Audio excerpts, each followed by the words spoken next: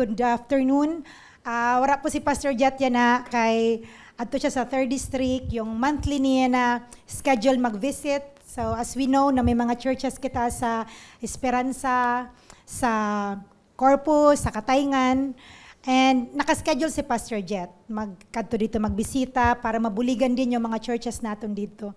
Kag dapat adto din ako kay bilang wife, di ba? Yung role naton bilang wife, mag-asikaso san gamit, mga nasa naton husband, but I have to submit no sa akon husband. Kang Pastor Jet sabi niya ikaw ang magpabilin. So, finished or not finished, pass your paper. Mag-submit. Okay, so, but I'm glad that this is a great opportunity na makaspeak naman, bagandugay na ako, wala naka-istorya, no? But I'm glad na gamito naman ni Lord and may the Lord's word be heard. No? Let's pray first. God, we thank you and we acknowledge your presence, Holy Spirit. We thank you, Lord, that ikaw kan word sa amo niya na. May your word encourage us. May your word heal us. Let your word give us hope. Let your word maghatag, Lord, sa amon sa healing and breakthrough. Lord, nano man na plano mo sa amon family, sa amon buhay. Lord, it will be done according to your word. Lord, let your word be heard. And Lord, remove or change nano man na mga wrong mindset namon. Oh God, change it with your word, Lord, that yung word mo, Lord, is true, Lord, and it's a double-edged sword to pierce our hearts and minds, Lord, to heal us and to bring breakthroughs in every aspect of our life. Thank you, Lord, in Jesus' name, amen. Okay, so, nasa 120 days challenge kita yan. Sino naka-engage sa aton 120 days challenge? No? Nag-enjoy ba ka mo? Ako, I really praise God for this challenge, no? Kahit ako, nag-enjoy ako kasi matuod talaga na the Lord, gusto ka ni Lord na maging model, no? Sabi sa katakin mo, gusto ka ni Lord maging model. Yung ginakita natin model, yung bagan sabado or na mga model, pero alam nyo ba, nahihirapan or yung community, our country is lugmok or yung mga pamilya, daming sira-sira na pamilya because kulang na kita sa mga true models. Kaya God is really calling for true Christians to rise up and be a true model in our family, in our work, in our community. Gusto mo ba i-accept yung challenge? Yan, oo. Kasi magiging matuod lang kita na model if we are following the true model, and that is Jesus. No, kaya sa nina challenge na 120 days challenge, kinabalik naman kita na daily yung devotion naton, no? Dati nag-iisip kita na, ay, praise God, thank you Lord, sa nagkatrabaho ako, bahala na siya dida. Basta ako, kada tapusan bulan, may sweldo ako. Na naman, bahala yung mga kaurupod ko sa office. Pero yan na gina-remind kita ni Lord na, anak, yung calling mo is not to make, to get salary every month, but your true calling is to win your office mates, to win your family. Okay? Kung may sweldo ka man, pero pag abot sa langit, tanan naka-office mate mo adto sa impyerno, pero ikaw ada ka sa langit, nanon pulusan buhay mo, kaya mo ba ito kitaon? Kag dili man gani naton madara sa langit ang kwarta, no? Our positions, our possessions, anything in this world, wala kitan madara sa langit, yung true fruit lang talaga is kalag. No, kaya salamat sa nina gina-remind naman kita ni Lord na take every opportunity to pray. Sino sa'yo nag-enjoy mag-pray sa mga tao? Nakakonquer and fear, mag-pray. No? Yung may nag-share di San Solfar na sabi daw niya sa katrabaho, parahanap siya, sino daw na akong mapag-prayhan yan? Kurkul ba guide siya? Sabi niya sa, iya ka upod, bro, pwede ba kita magkadto sa CR? Sabi, kung ano mong kita sa CR niya? Dili, pag-pray ta lang ikaw. Pero napag-pray pa rin niya, di ba? Pero, di ba ang sarap? No, na yung, sabi ko, dili kaya bayadan sa nanumang kataasan sweldo, no? Kahit siguro mataas man ang sweldo ko, kay doktora ko, kaysa sweldo nyo, pero yung joy na nakukuha ko to minister, to pray for those people, waran makapantay, mga kapatid. Kasi it's just an evidence na yung calling talaga natin is to win souls, dili yung padamo sa kwarta. But money is, kailangan talaga natin. Pero kung dahil sa pagparapangita mo kwarta, dili mo na nahihimo ang calling mo bilang child of God, ay kapatid, baka wala ka na sa plano ni Lord. No? Kaya maganda ini na aton challenge siya na push lang, pray for more, maski na-hack na aton account, pray lang. Pag-pray na siya, Lord, na nag-hack. In Jesus' name, sabi ko ganun sa GC namon, dili ka nila agyatunan mga anak ni Lord, kaya mas lalo kami mag-pray, mas lalo kami magawin, pray pa more. Kauna lang niya. Pero anyway, basi will man ito ni Lord kasi desire na rin ni Pastor Jat na Elohim na tayo, di ba? Na dili na tayo yung Elohim Ministries na. So, bless lang natin ito siya, na sana makakilala siya kan Lord. Pagpalain siya ni Lord, ang bonggang-bongga. Pero, aminan matuod ng mga anak ni Lord, mas nasusugatan, mas lumalaban. Nasusugatan man, nasasaktan man, lumalaban, dili kayo makipagsuntukan, no? But lumalaban to obedience, no? To conquer souls. Kaya, nagbasol ito siya, na nag-hack siya. Kay, mas lalo nagdamo ang nakakilala kan Lord. Diba? So, be reminded always na yung word sa aton, na gin-share ni Pastor Jet sa Nina Model Legend Challenge nato na, yung sa 2 Chronicles 15, it says there yung remove, no? Tuloy yun, di ba? Remove, repair, or restore, and third, remain. No? Every day, as we do the mga different challenges, ano ba yung mga dapat ma-remove? May mga apps ba sa cellphone mo na dapat mo ma-remove, na bagan, kuminsan nagiging hadlang, dili ka nalagod ka devotion, kay nagpara Shopee ka na, kay 88 or 99. Para tawa si Kuya Eman. Di ba? Delete. May nagsabi nga sa akin, Pastor, gindelete ko na gadan Shopee ko, kay tentasyon gayod pag may mga sale. May mga bagay man na dapat ma-remove sa aton buhay. Mga idols. Sometimes, may mga bagay na dili kita nato na mamalayan, nagiging karibal na ni Lord sa buhay ta. Di ba sabi sa Word of God, God is a jealous God. No? He's a jealous God. Pag nag-jealous siya, pag dili na siya yung number 1 sa buhay mo. No? Kaya sa nina aton 120 days, everyday mag-assess kita sa buhay ta, Lord, may mga bagay ba sa buhay ko na nagiging karibal mo na, Lord? Na dili na lugod ako nakakapag-sell, dili na ako nakakapag-pray, kay adin na ako sa ni Permi, adin ako Permi sa ni na computer games ko, ML, okay lang sana kung Model Legend, kaya lang Mobile Legend na, natutukan, remove, ano pa, mga vices, unholy habits, laziness, ouch, may natamaan. Sometimes, di ba, o ano pa yung mga disorganized tayo. Dapat ba mo-organize nato na naton mga gamit sa aton balay na pag magsimba ka, nalilate ka, kay dili mo nakikita ang mga bado mo. Dapat, Lord, maging mas organized na ako niyan. Na akong kwarto, dapat maging mas malinis na. Mamati na ako kan mama pag ginasabihan ako naman linis. Kayo may adalan man, nagasabi na lang na naga-devotion, naga-adal, pero at to gali, iba gali. Nakakita galin video, whatever. So, yung mga bagay na pwede makadistract sa aton or makapaluya sa aton walk with God or maging stagnant ka, remove. Ano pa, number 2, repair. Ano yung mga dapat ma-repair? Dapat ma-repair yung relationship mo kan Lord. Medyo nanghina ka na ba sa devotion? So, sa Nina ML Challenge, time na mabalik naman kita sa aton devotion. Di ba ang ganda ng mga Bible reading naton kahit talipot lang siya, naka-Bible read ka na, pwede mo na siya magamit sa devotion. No? So, kag pare-pareho pa kitang devotion, pag nag-sharing kita sa cell, di ba, astig ang devotion ta kanina, gabi, nanong gin-reveal sa imo, Lord? Oh, wow, ako man. Di ba? So, ang ganda kasi pare-pareho tayo ng Bible reading, no?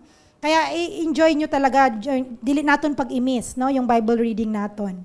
Ano po yung mga dapat ma-restore? Yung, halimbawa, ma-restore dapat yung relationship mo ba kan papa mo, sa family, ma-restore yung family altar, No, aram nyo ba mga parents na ilaban guide nato na naton family altar?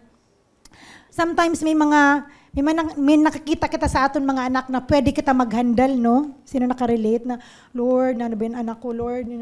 May kahandle gad ako sa'yo na basi, dili magandang mangyari sa future niya, o basi, Lord, magabot sa panahon. But, you know, na push lang guide natin yung family altar natin kasi amin ang kidin ni Lord na mag-speak sa aton mga anak kag mabag-o sinda. Maskin magmusdot-musdot kadididi kay ma-family altar kita. Bahala, magmusdot siya, basta ada, mag-ingkod lang siya dida. O mamati siya sa word of God. Kadi ka mo di, udong ka mo da sa mga cellphone nyo. Basta mo pa kamon time sa iyo cellphone, ini once a week lang ini, kadi kita na mga parents, dapat gayud mangusog kita sana. Sometimes may mga struggle, yes, igwa man kami sana, naka-experience kami na, kunain ma-family altar na kami, nag-aararaway and magmaranghod, may mga issue, may mga, nano ba ini? Kunain, di ba? Daming struggle because si Satan, habo talaga siya na magkaigaw ka mon family altar kasi aram niya yung breakthrough na pwede mangyari. Kaya kita talaga, pray talaga, Lord, in Jesus' name, this week, makapag-family altar gayud kami, yung personal altar ko man sa imo, Lord, every day, dili ko talaga i-miss. Kasi I want to be a model. Gusto ko, Lord, gamiton mo ako, gamiton mo yung family namon to be a blessing pakadto pa sa iba. Amen? So third, remain. Okay? Tandaan nato na dili gayud kita mawara kan Lord. First and foremost, mag-remain tayo sa aton cell. Pag nagsabi yung cell leader natin, may cell group kita niyan, remain gayud. Kasi, aram nyo ba na kung isipon damo-damo talaga kitang time para sa sadiri naton? Sa aton sadiri yung karigo, time sa pagkaon, time sa pagkadto sa opisina, time sa pagpaganda, time sa pag-makeup, tanan. Pero yun na time pag-cell, pero man lang inaka-oras, in a week, di ba? And grabe pa yun na siya kay nabubuligan ka na magbago, nakakabati kan word of God, na nagabago sa imo life, natatransform ka. Kaya remain gayud kita sa aton cell groups, no? Okay? Sabi nga na isang mentor natin dati, nabatik ko siya, nag-preach the other week. Sabi niya, dapat daw, maaram kita maghanap din sa mga tao sa aton buhay na yung kuminsan gusto lang natin ginasabihan kita na, ang ganda-ganda mo talaga, ang galing-galing mo talaga, ang cute-cute mo talaga. Gusto natin per me na amula yan mabati nato na, ang gwapo-gwapo mo talaga. Pero dapat maghanap din pala daw tayo ng mga Nathan sa buhay natin. Yung kayang sabihin sa imong weakness mo na, ate, bagan nagatinamad ka naman ganyan. Ate, bagan nag-disrespect ka sa kan papa mo. Bagan dili na maayo. Yung kaya sabihin yung mga mali sa buhay mo. No? Ang matuod na friend, ang matuod na palangga ka, yung kaya sabihin yung mga pangit na ada sa buhay mo. Kag i-correct ka. Kasi pinagi sa napapaganda kita. Mahirap kaya mag-rebuke, mahirap kaya magsabi. Kag wala pa inan bayad. Maghanap kaya kamo dan mga tao na magsabi, ikaw ha, bayadan ta ikaw, sunod-sunodon mo lang gad ako, tapos kitaon mo mga nagalabas sa baba ko, kun maati, tapos kitaon mo kun malaswan akon bado, sunodon mo lang gad ako ha, inamin ang trabaho mo. Kag kitaon mo kun may mga mali ako na ginahimo, ikaw kasanan mabayadan niya na, ora, di ba? But praise God sa aton mga leaders, sa aton sa leaders na kahit nga ni burulag na kamo, sa inda balay ginapag-pray ka pa sana.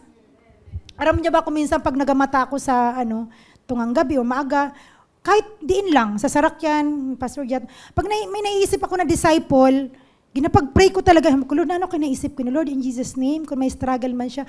Ganun yung heart ng mga leaders naton. Kaya dili kita mamundo na, adi naman gina-check naman ako na, ate, kumusta ka? Nano ginakumusta mo? Ay, baga nabulugod siya maayos yung buhay niya. Aram nyo, one day mapapasalamatan yung mga tao yung ganun sa iyo.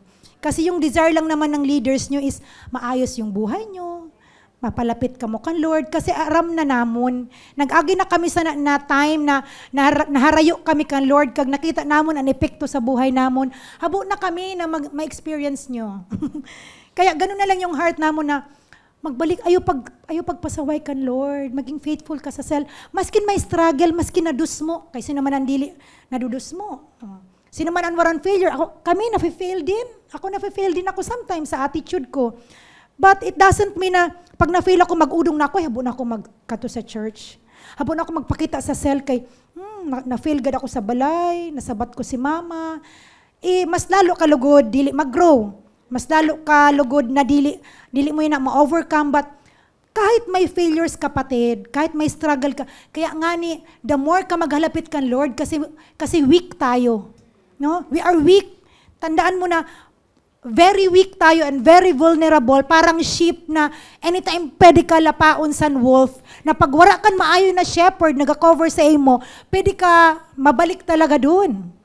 Kaya stay always sa yung safe place. Para sa akin, yung safe place is cell group. Yung safe place natin, permi, yung comfort zone natin, dapat is the church. No, kunain yung presence ni Lord. No? Kaya remain, sabi sa katakin mo, remain.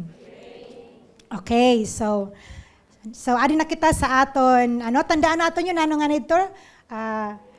Remove, repair, and remain. Okay, so, yung series natin this August is connected, no? More on the online world, social media world. Gina-remind kita na we must be conquerors, no? Dapat kita na mga anak ni Lord, dili lang kita conqueror, kung nahain kita yan na, but as we use the social media, we must be conquerors also, no? Pag nagamit ka, Lord, conqueror ako, may maliligtas niyan pag gamit ko sa Facebook. May masisharean ako. Lord, dili ni masasayang na pag-ingkod-ingkod ko, no? Yung dili kita magsabi na, ay Lord, salamat maka-relax, maka-Facebook. Kita ko nga ni gin-post sa na akong friend. Ay, hello, may pa siya kato siya sa Singapore. Ay, ako. Adi lang gad ako didi. Adi lang ako sa Masbate. Kita ko naman ito nasad ko na friend. Ay, hello, may bago siya ng mga bado. Ay, ako, kaluoy ko man. Dili yung ganon. Dapat maaram din pala tayo mag-guard sa aton heart. Kaya, okay, mamaya may mga points tayo dyan. No? So, yung first Sunday, create your profile, yung title natin, no? Yung first Sunday, dapat daw yung online life and offline life natin consistent. Kung gina-reflect mo sa social media mo na Christian ka, dapat offline din, Christian ka. Dili ka naaalo magsabi sa imo classmate na aram mo, anak ako ni Lord. I am Jillian Martinez. I am beautiful. Pagpakilala, di ba, Ate Jillian sa klase, no? And I hate cheating. Kag dili pa ako nagapaila, kag bawal ako magpaila. Kaya there are seasons of life. Time to earn, time to learn, time to earn, and time to get married. Kaya naadi pa ako sa time to learn. Kaya oran mag-ila. Di ba? So, ganun ka, dapat ka bold sa imo school, sa imo office na anak ako ni Lord. Okay. Invite kita sa amon church. Aram mo ba na, the Lord loves you so much. Ganun tayo. Dapat offline, online, consistent, no? Dili kita naaalo magsabi sa inda na anak kita ni Lord. Okay? Personalize your feed. May mga nag-pop up sa aton. Aram niya ba yung mga nag-pop up sa aton na minsan di tayo nag-click? Kasi aram niya kung nanon gusto mo kitaon. Diba? Ano ba, hindi kami nag-pop up na bastos? Kibasi, nakapag-view ka sa bastos. Kaya aram niya na bagan, kung nanon na content, nadidetect bagay na, hindi na, kung nanon content na gusto mo, kasi aram niya pag may viewing time nag-stay ka sana na nagkita ka, amo na naman ang i-feed niya. So dapat aram naton, yung God's word must be the filter of our social media. No, nano ba sabi sa word of God, tama ba ini na magkita ko sanin medyo masagwa or mga content na dili kaya aya kan Lord, dapat X dayon ina, no? In Jesus name. So personalize your feed. Number 3, engage online. Yun nga, yung sabi ko kanina, we must conquer the social media, conquer souls for Christ through the social media. Dapat may fire tayo to influence. Dili yung kita na i-influence, no? Kaya kung ano nakikita natin dito na nag-irog-irog sinda sana sa TikTok, irog-irog man kita sana. Ay, sabi, ano ba yun, disciple ko, kaya nagturo TikTok na sana, irog-irog na sana. Bagang kita lago na na-influence, kapatid. Dapat tayo nag-i-influence. Dili tayong kita lago na i-influence. Ay, hala, disciple pa naman ni Ate Chow. Kung minsan, ginachat ko pa naman ang leader. Joke lang. Ate Chow, ano yung disciple mo? Kamusta? Parang nagawala. Baka nawawala. Bisitahan nga ni. Yung ganon, dapat dili kitaan na i-influence mga kapatid, no? Maaram kita magkita, ay, hala, bagan dili kaya ini. Bagan dili man ini tama, Lord. Dili ni tama sa anak ni Lord na nagapansira. Pag brown out, diretso dahil sira, inigad na masil ko. Merry Christmas. Diba? Tapos nag-comment ka man dito, amo gayo, didigad sa amon, tulo na kaadlaw. Dili ka magano sa masel ko, kay may mga nagatrabaho ba yan, dili sa masel. Di ba? We have compassionate heart sa inda. Okay, so, sabi ni Pastor Jet, yung last Sunday, sabi ba ganyan, gin-remind niya kita na, we cannot be conquerors kung dili muna na-conquer ni Lord yung heart naton. No? Mahirap mag-conquer, wala kan anointing, wala kan empowerment. Pag dili ka first muna na-conquer ni Jesus, ani mo heart. Okay? Kaya dapat talaga everyday nagapa-conquer kita kan Lord. Lord, conquer my emotion, conquer my time, conquer my eyes, Lord, conquer my mouth, in Jesus' name. Dila ko magbaras ang istorya. Di ba? O, kuminsan aram nyo ba? The way we speak, it shows your maturity. Sabi ni Pastor Doug, pag nag-istorya daw siya, tapos nagasabat dayon sa iya, yung ginaka-istorya niya, ay, may pride. Tip ko sa iyo. Kasi kuminsan dili nato nako-control, gusto talaga nato magsabat. Ay, umaraman ako sa ginasabi mo. Matibay man ako, sana may araman ako. Pero, ano pala, dapat we know how to speak at the right time, at the right place. Ay, kita na mga wife. Di ba, ginasabihan kita sa natin mga husband na, tama ka man. Tama man yung ginasabi mo about sa akin. Kaya lang, kuminsan, wrong timing ka pag nag-istorya. Sino nasabihan na sa niyo husband sana? Ako lang. Kasi nga sabihan ako ni Pastor Jet, babes, tama ka man. Kaya lang, kuminsan wrong timing ka pag nag-istorya. Sabi ko, ay Lord, wrong timing gali ako. Kung right time ako, na-receive niya ng maayos, di ba? Dapat pala, maaram kita mag-time. Lord, time ba ini mag-speak? Kaya may mga times na dila ko nag-istorya kang Pastor Jet, kahit about sa disciples, kasi sometimes habo ko rin magpabugat pa sa iya. Kasi ang dami niya kayang ginaisip, may mga pastors pa siya na ginabuligan, may mga ni-disciples pa. Kaya before ako mag-istorya sa iya, gina-screen ko na yun, gina-pray ko, Lord, kailangan ko binisabihon, yung mga ganon. Kaya kuminsan, nagasabi man siya na, nano kayo wala mo ginsabi sa akon? Kaya, I also asked the Lord, kailangan ko ba inisabi kang Pastor Jet, yung mga ganon? Kasi, kailangan pala, may maturity din kita sa pag-istorya. No? So, God must conquer our emotion. God must conquer our mouth. Sa ako revelation sa ako ni Lord. Okay, so this afternoon, yung topic naman natin is share your story. Okay? Yung may mga my day, my story. Story ba tawag sana, no? Yung mga my day. Yung ganon. Yung last week, naging viral ang aton story na, na-hack an account Sansol Harvest. Kaya please block, please unfollow. Kaya, so, share your story. Okay, so yung verse natin is Colossians 4:2-4. So sabi nila, continue steadfastly in prayer, being watchful in it with thanksgiving. At the same time, pray also for us that God, Colossians 4:2-4 ate. At the same time, pray also for us that God may open to us a door for the word to declare the mystery of Christ, on account of which I am in prison. Okay, that I make it clear, which is how I ought to speak. Okay, so, napaka-powerful pala daw nung, di ba may share yung araw na ganun? Pag in-click mo yung share, thousands of people, kahit dili mo, kamo pareho yung lugar, kaya niya mabasa yung gin-share mo.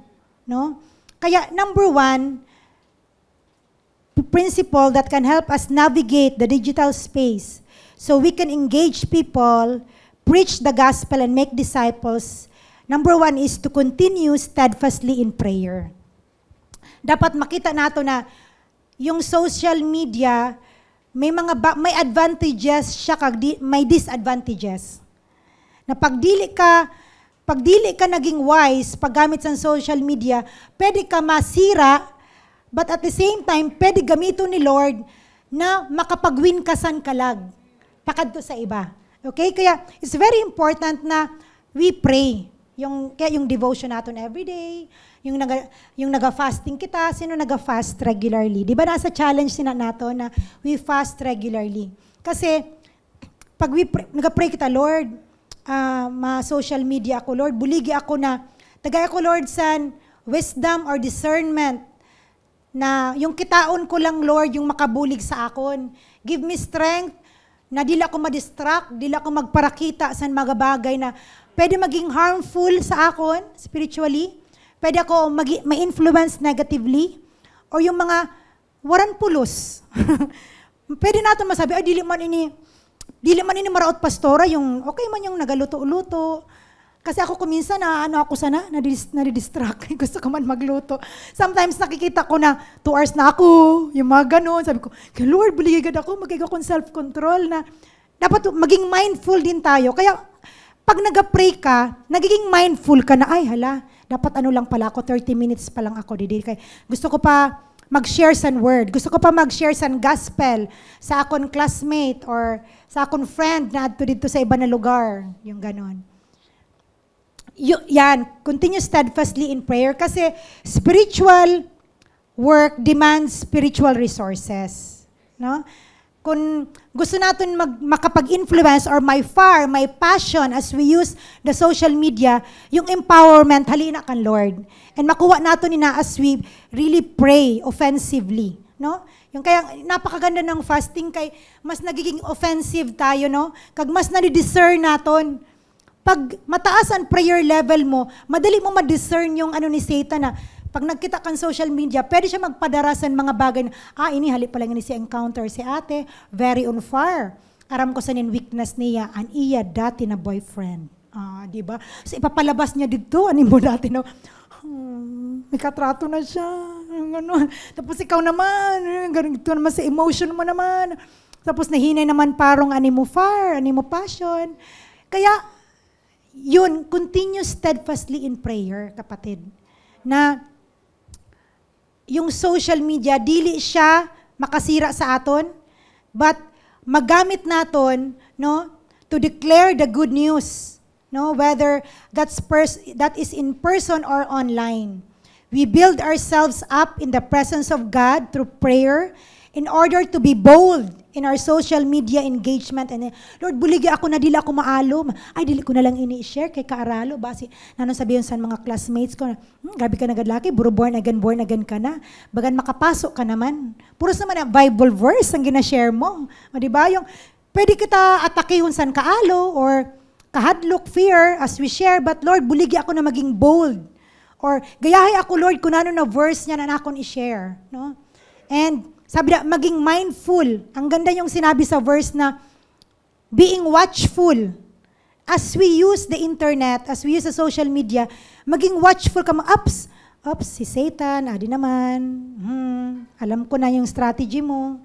Adi naman, may mga ginafeed ka naman, X in Jesus' name. Yung ganon. Nagiging watchful tayo pag nagiging prayerful ka. No? Tumataas yung discernment level mo at saka yung self-control. Yung passion mo, yung anointing mo, tumataas din siya. Okay? Number 2. At saka yung thanksgiving pala, nasabi sa verse, be watchful in it with thanksgiving.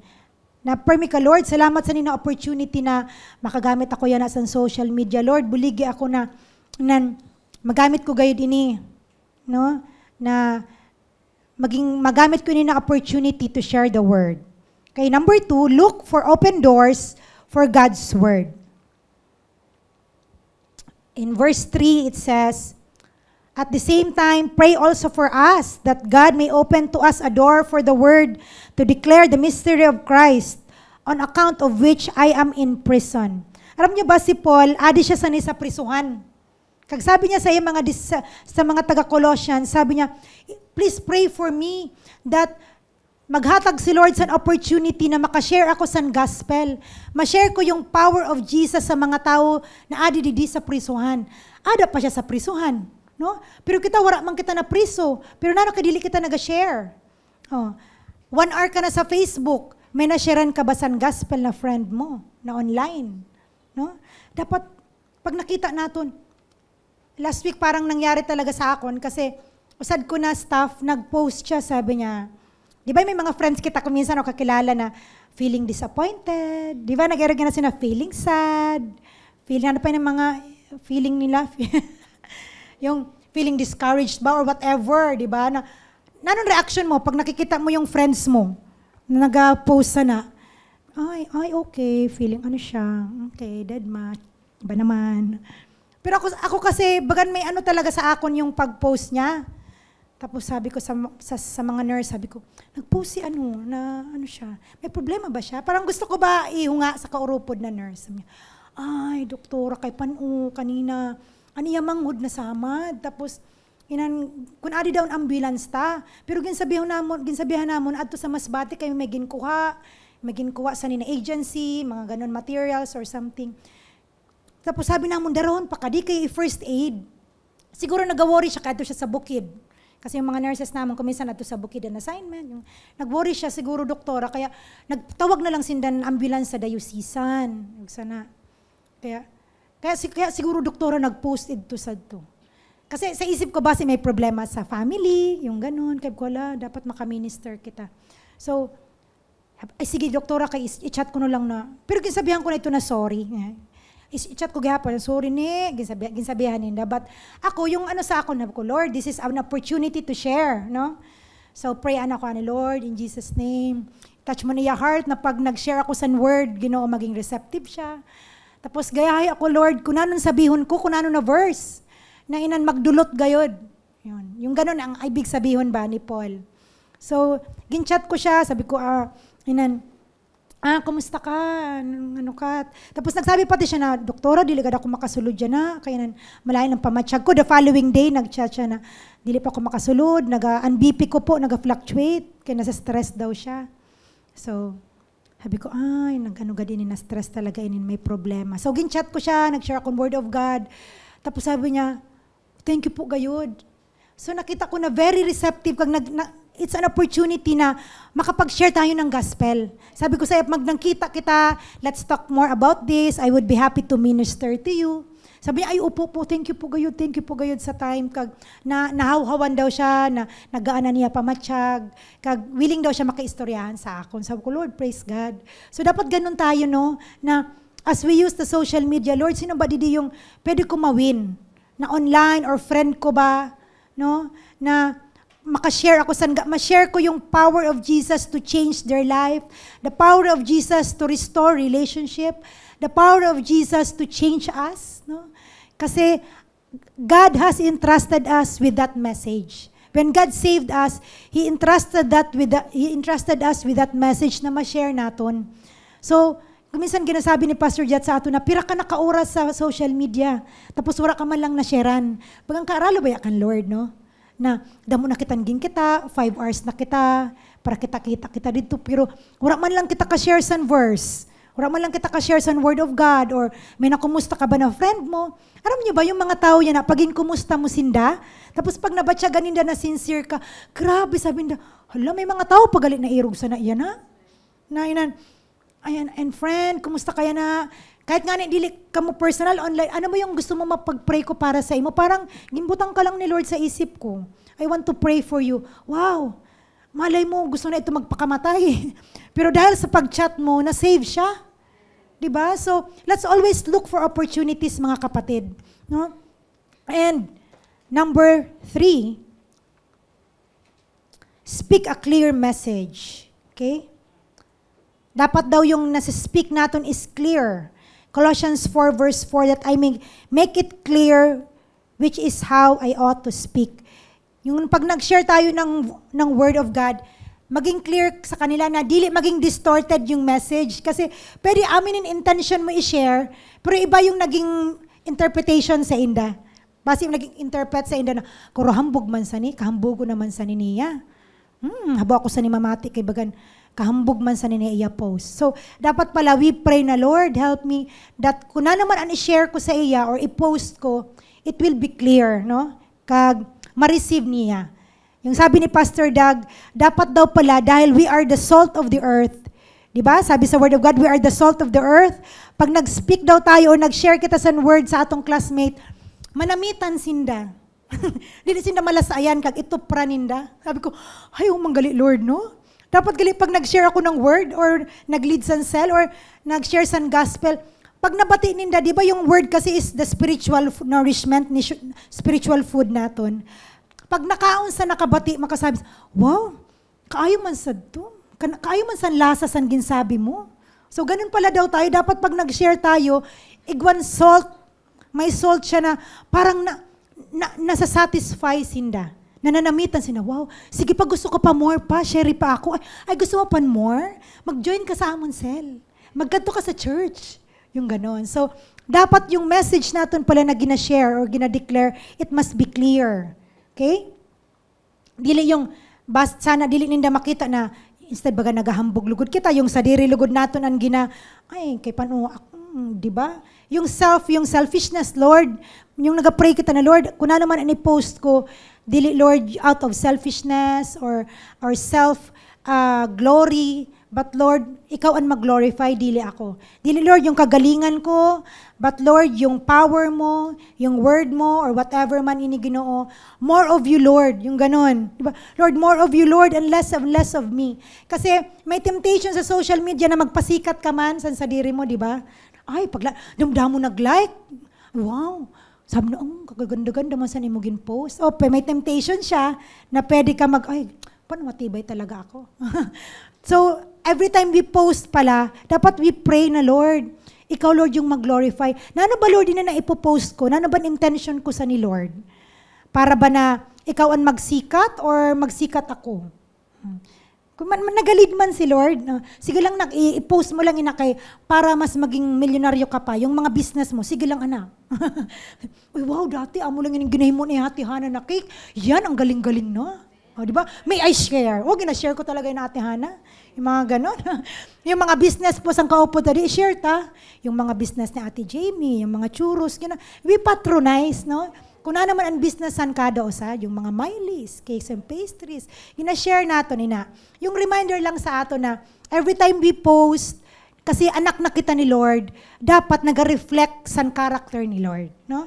Na pag nakita ninda, dili sila magsabi, uy, bagan, puros naman lang bayho niya ini nakikita ko didi, uy. Di ba? Yung puros naman lang ini niya lakwat siya. Yung pag nag-post tayo, yung makita, wow, hallelujah. Astig, ang dami-dami nilang nawin. Dami na prayhan. Wow, ako ma-pray man ako. Yung nakaka-inspire, nakaka-motivate, no, ng mga postings. Okay? Wow, astig yung mga tanom ni Ate Vic. Sa paso lang gintanom. Kami di damon duta. Ay, kaaralo kan Ate Vic na dila ako magtanom. No, di ba? Sa Ate Vic, dami ng mga gulay, pero mga ano lang mineral water. Na-inspire ako kuminsan sa mga post niya na, wow, Lord, pwede dili na magparabakal sa patula, dili na magparabakal pichay. Pag naghigos lang gali kita pagtanom, dili kita magutom. Yung mga ganun na mga post, no? Kaya, maganda yung mga ganun na postings na nakaka-motivate, nakaka-inspire. And the message must be clear. Okay? So, may nakuha kita this afternoon. Okay, so may mga points kita di ba? Na we could share, discuss sa aton katakin. Okay, mga application questions. So, hanap ikaw ng partner, di ba? Lalaki sa lalaki, babae sa babae.